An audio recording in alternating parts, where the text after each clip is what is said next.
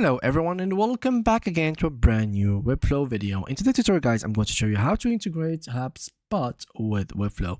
So it's very simple and easy guys. There is an article that explains it already, but for you guys, you simply have to go right here into the marketplace, go to apps, and you should simply search for Hubspot. So I'm going to do this, as you can see here, and there we go. So once you have it, you simply have to click on install application. You do have to create yourself an already existing account within Hubspot, so that's what could work.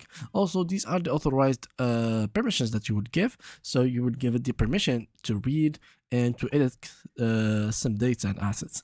So here you choose the workspace that you want it to be applied for it, and then click on authorize application. Here you will need to sign in, so create a new Hubspot account or sign into an already existing one. And here let's continue, for example, with Google. I'm going to click on this account, click here to continue, and then this account should be created. Simply just a few steps next. I'm going to add this here, next, here, company websites. I'm going to go ahead and simply copy my own website name, or basically my own website domain. So I'm going to copy this one. Here we paste it up here, I click on next. And now they are gathering information and analyzing the website, and I'm gonna just select this one just for me.